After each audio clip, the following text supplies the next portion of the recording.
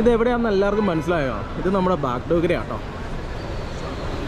അങ്ങനെ നേപ്പാൾ സന്ദർശനത്തിനായിട്ട് ഞാൻ എത്തിയിരിക്കുകയാണ്.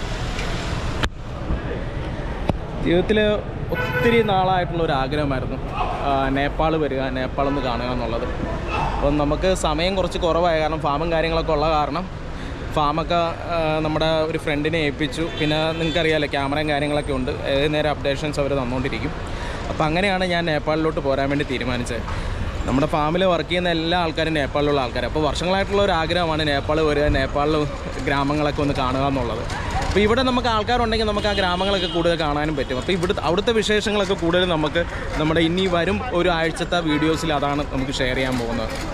അപ്പോൾ ഈ നമ്മളെ ഫ്ലൈറ്റിനാണ് വന്നത്.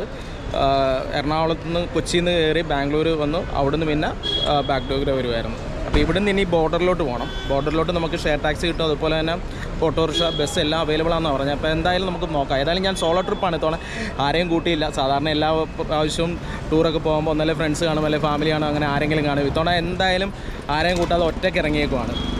ഒറ്റയ്ക്ക് നടക്കുന്നതിൻ്റെയും ഒറ്റയ്ക്ക് യാത്ര ചെയ്യുന്നതിൻ്റെ ഒരു സുഖം എല്ലാവരും പറഞ്ഞുള്ള ഒരു അറിവുണ്ട്. നമുക്കത് എന്താണെന്നുള്ളതൊന്ന് എക്സ്പീരിയൻസ് ചെയ്യണമെന്ന് ഭയങ്കരമായ ആഗ്രഹം. അങ്ങനെയാണ് ഇത്തവണ ഒറ്റയ്ക്ക് ഇറങ്ങിയേക്കണം. എന്തായാലും നമുക്ക് നോക്കാം. ഇനി നമുക്ക് ഇവിടുന്ന് ബോർഡറിലോട്ട് പോവാം. ഓക്കെ,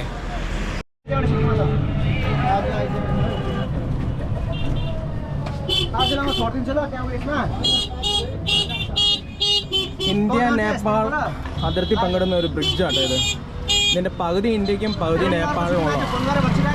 ഇവിടെ നമ്മളിപ്പം ഇന്ത്യ പോലീസ് നമ്മുടെ ID പ്രൂഫ് ചെക്ക് ചെയ്തു. ഇനിയിപ്പോൾ അവിടെ നമ്മുടെ നേപ്പാളിലെ ചെക്ക് പോസ്റ്റിൽ നമ്മുടെ ID പ്രൂഫും കാര്യങ്ങളെല്ലാം ചെക്ക് ചെയ്യും. वो क्या है नया ब्रिज? हाँ, वो नया है. हाँ, ये पुराना ब्रिज है. അങ്ങനെ ബോർഡറിൽ നിന്ന് നമ്മളിപ്പം വീണ്ടും ഒരു ഓട്ടോറിക്ഷ എടുത്ത് അള്ളഗി എന്ന് പറഞ്ഞ ഗ്രാമത്തിലോട്ടാണ് പോകുന്നത്. അത് നേപ്പാളിലെ തന്നെ ദോപ്പ ഡിസ്ട്രിക്റ്റിൽപ്പെട്ട ഒരു സ്ഥലമാണ് അള്ളഗി. അവിടെയാണ് ഇന്ന് സ്റ്റേ ചെയ്യുന്നത്.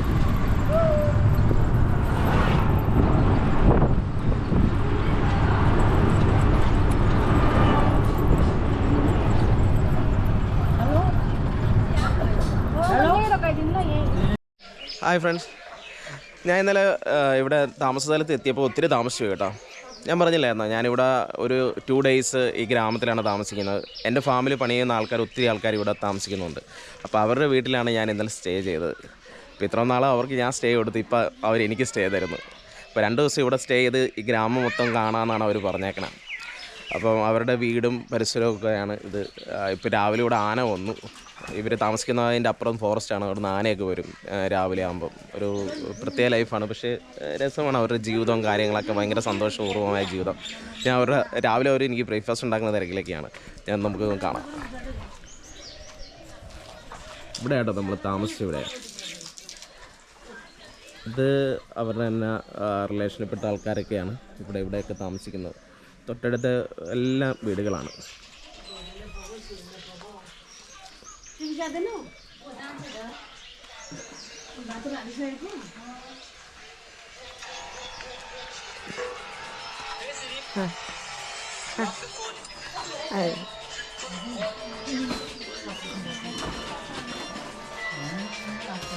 രാവിലെ ഒരു ബ്രേക്ക്ഫാസ്റ്റ് ഒക്കെ ഉണ്ടാക്കുകയാണ്. ചപ്പാത്തിയൊക്കെ ഉണ്ടാക്കുകയാണ്. ये क्या करने के लिए? ग्रास कट करने के लिए? गाय पत्ती गाय के लिए? गाय के लिए? ओ चाय पत्ती. ओ चाय पत्ती कट कर. Okay okay.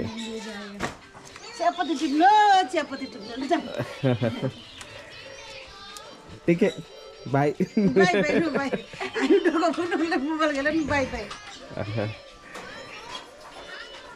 അവർ രാവിലെ തോട്ടത്തിലോട്ട് പോവുകയാണ്. നമ്മുടെ തോട്ടത്തിൽ പോയി ടീ പ്ലാന്റേഷനിൽ പോയിട്ട് അതിൻ്റെ ഇലയൊക്കെ കട്ട് ചെയ്യണ കാര്യത്തിന് പോകണം. അതിനുള്ള കൊട്ടയാട്ടോ ഇത്. ഇവിടെ മൊത്തം ടീ പ്ലാന്റേഷനാണ്.